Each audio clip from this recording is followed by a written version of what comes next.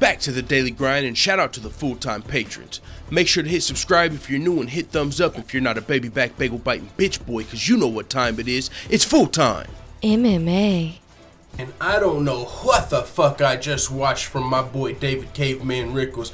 It's the first time I think I've ever seen a verbal tap out in my years of watching mixed martial arts, UFC, Bellator, doesn't matter what organization. I can't remember if I've ever saw a fighter get punched so hard they just wave off the fight themselves. He didn't need his corner to step in and save him. He said, I got this, I'm out of here, fuck that, that shit hurt. He didn't verbally say that shit hurt, but that's one punch, literally one good punch into the second round, and he waved off the fight himself. First I was like, who's he waving at over there? Is there somebody he's saying hi to? The fight's going. And then he's like trying to get the ref's attention, clearly like, hey, I'm fucking done, bro.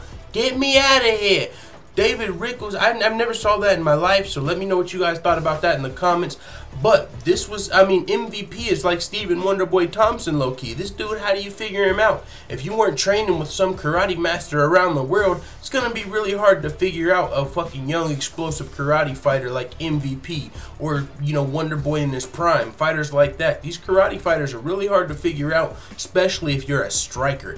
If you can get him to the ground, that's going to be your best bet and control him on the mat. But for David Caveman Rickels, who's coming up from lightweight, one of Bellator's most experienced fighters, which is kind of not a good, I don't know, that just wasn't a good look, right? I don't even, for Bellator, David Caveman Rickels is tied for having the most wins in Bellator history, and he just fucking hit the no mas on us. I was very unexpected. I did even, this shit was even on tape delay, and I didn't expect this. You guys realize I read the results like 5 hours ago, but I still wanted to watch the fights. So I still, I seen it said second round verbal submission or verbal, whatever. And I just didn't know what the fuck it meant. Like, was he in a submission and then he tapped out? I didn't understand what that meant. Did he, instead of tapping, did he just say, hey, I tap?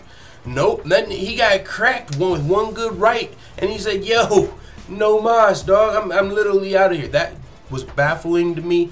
And some of you guys might know David Caveman Rickels fights out of Kansas, man. That's where I'm from, so little hard for me to take in right now because I didn't expect that, and I picked MVP to win this fight, but still, I didn't pick my boy David Caveman Rickels to go out like that. Now, full disclosure, I've never met him. I don't know him personally. I feel like I have to throw that in here. Anything like that, I just seen he's fighting out of Kansas, and I was like, okay, I'm rooting for the home guy. But with that being said, man, that ain't the shit Kansas niggas do. I'm telling you right now. Don't let that be a representative of Kansas fighting. I'm just kidding, man. If I was in there, I would have did the same shit. But I'm not a pro fighter. I'm a fucking YouTuber, so I got an excuse. With that being said, it is what it is. Let the full-time family know what you think about MVP versus David Caveman Rickels in the comments. God, I guess there's other stuff we could talk about here about MVP and what's next for him. Is he gonna fight Paul Daly eventually? He was out for 18 months. He fought. He's MVP is like the ultimate can crusher, low key, right? If you're a striker, MVP is probably gonna knock your block off. Do bad things to you, crack your skull in, make you quit. But if you're, if you see someone like Rory McDonald against MVP might need to chill, So he, on the mic, he didn't call out anyone specific, but he did say, I'm coming for everybody. But with that being said, we'll see if he ends up fighting Paul Daly, or what happens with MVP from here. Because, he's been beating a lot of guys. But when is he, I don't know if he's fought anybody that's a #1 contender in Bellator, even if he's aiming to be the champion.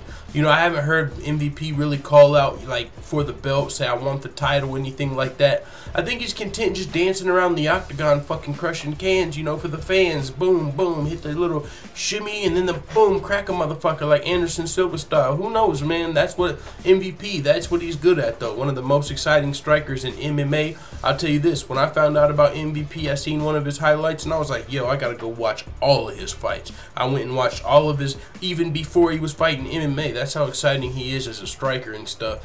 But you know how that goes with exciting strikers. There's bad matchups in MMA for everybody. So as long as MVP can avoid those, fucking tough wrestlers in the welterweight division, we'll get to keep seeing exciting performances from him. But maybe once he goes against Paul Daly, maybe an arguably more experienced, well-rounded fighter, he'll have problems there. Who knows, man? I think that'd be a great fight because Paul Daly's not necessarily known as a striker, or I mean as a wrestler, so it might be striker versus striker, and MVP is going to be a tough puzzle to figure out even for Paul Daly. MVP might be able to, have something for Paul Daly, who would be his most experienced, toughest opponent to date. So hopefully we'll get to see that fight sometime in the future. Hopefully MVP doesn't take another 18 months off in between his next fight. He said he was getting ready for a fight that didn't happen, which is why he hasn't fought MMA in so long. So maybe he'll dabble in boxing again. Who knows, man? Let the full-time family know what you think in the comments. I'm out. And as always, thanks for checking out this video. If you want to join the notification gang, make sure you hit subscribe and also hit the bell next to it so you're notified every time I upload a video. And if you want to help this channel reach its full potential, consider hitting the PayPal link in the description or going to patreon.com/fulltimemma and becoming a patron. I'm out. This is #1 bullshit.